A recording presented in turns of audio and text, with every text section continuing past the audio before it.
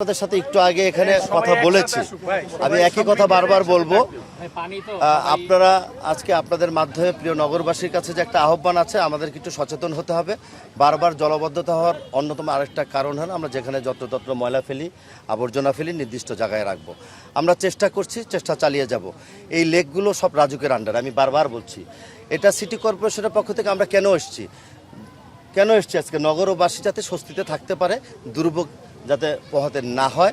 আমরা সংশ্লিষ্ট কর্তৃপক্ষের কাছে আমরা এই বিষয়গুলো সাজেশন আকারে চিঠি লিখে যার ডিপার্টমেন্টকে বলবো যে আমরা এইভাবে এটা দেখেছি, আপনি এইভাবে কাজ করলে হয়তো বা আগামী বছরগুলোতে ভারী বর্ষণ হলে যাতে জনদুর্ভোগ না হয়, জলাবদ্ধতা না হয়, এটা পরিদর্শন করতে এসেছি।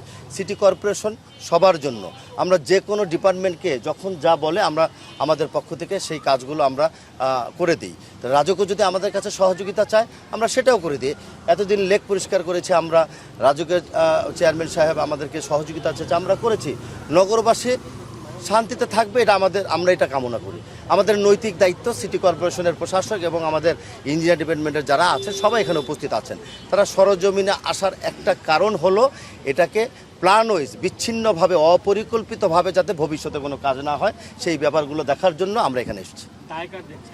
দায়ের বিষয় না, দায়ের বড় বিষয় না। আগামী দিনে জলবদ্ধতা হবে না, এটা কি কারণে আসলে এতক্ষণ সময় লাগছে পানি নামতে, কি কারণে এটা আগামী দিনে কি করণীয় সেটাকে নির্ধারণ করে গতকালকের থেকে অব্যাহত বিরামহীনভাবে আমার পরিদর্শন করছি।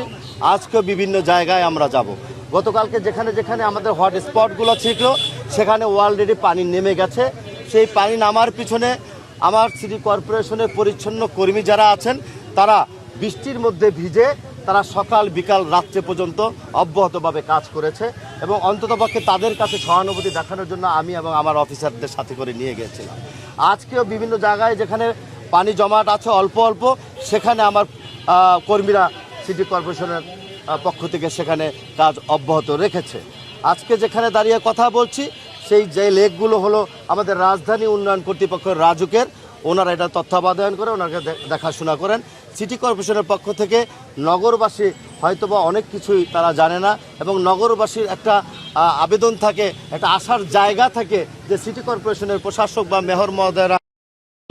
আমি নিজে রাজুকের কর্তৃপক্ষের সাথে কথা বলেছি, আর যেই জায়গায় রাস্তাটা ভেঙে বরাবরে একটা সাজেশন আকারে আমরা একটা চিঠি লিখব যে আগামী দিনে এই কাজগুলো এইভাবে করলে যে আমাদের জলজট হবে না, জলবদ্ধতা হবে না, লেকের পানিটা খুব অল্প সময়ের মধ্যেই নেমে যাবে।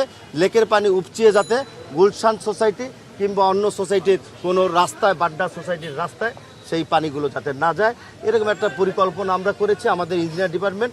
সেই আকারে তাদেরকে আমরা আগামীকালকে সকালের মধ্যেই আমরা একটা চিঠি দিয়ে তাদেরকে তাদের প্রতি একটা আবেদন করব। এমনিভাবে যেই জায়গায় জলাবদ্ধতা হয়েছে আমাদের সিটি কর্পোরেশনের আওতাধীন আমরা সেটা নিয়ে কাজ করে অতি দ্রুত সময়ের মধ্যে সেই আগামীর জন্য আমরা তৈরি করে ফেলবো, যাতে করে এমনিভাবে ভারী বর্ষণ হলেও পানিটা দ্রুত সময়ের মধ্যে যাতে নেমে যায়। পৃথিবীর সব দেশেই জলবদ্ধতা আছে। 4-5 দিন বৃষ্টি হলে পৃথিবীর বিভিন্ন উন্নত দেশেও এই জলবদ্ধতা থাকে। হয়তোবা তাদের পানিটা পরিকল্পিতভাবে তাদের সুয়ারেজ ব্যবস্থা আছে, আমাদের বাংলাদেশে সেই পরিকল্পিতভাবে সেই সুয়ারেজ ব্যবস্থাটা এখনও হয়তো আমরা করতে পারিনি।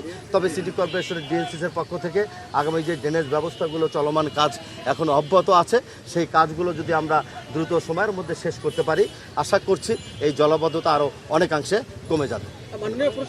পরিষ্কার অলরেডি আমরা অনেকগুলো করেছি। খাল পরিষ্কার আমরা এই কাজগুলো চলমান রেখেছি। আগামী দিনে জলবদ্ধতা নিরসনের জন্য আমরা মাননীয় প্রধানমন্ত্রীর নির্দেশ এবং উনি নিজেও ঢাকার বাইরে খাল খননগুলো করছেন। একটি মাত্র কারণ, খাল যদি ভরাট হয়ে যায় সেখানে আর পানি নিষ্কাশনের অপচয় কোনো জায়গা থাকে না। সেই কারণে সিটি কর্পোরেশনের উদ্যোগে আমরা একটি করে নির্ধারণ করে আমরা খালগুলো উদ্ধার করব এবং সেই খালগুলো আমরা খনন করব বলে আমরা উদ্যোগ গ্রহণ করেছি। অলরেডি আমাদের ডিমার্কেশনের কাজ চলমান আছে। অলরেডি ডিমার্কেশনের 50 থেকে 60% কাজ আমাদের শেষ হয়ে গেছে। ডিমার্কেশনের সীমানা নির্ধারণ হয়ে গেলে আমরা সেই কাজগুলো খুব অল্প সময়ের মধ্যে শুরু করতে পারি।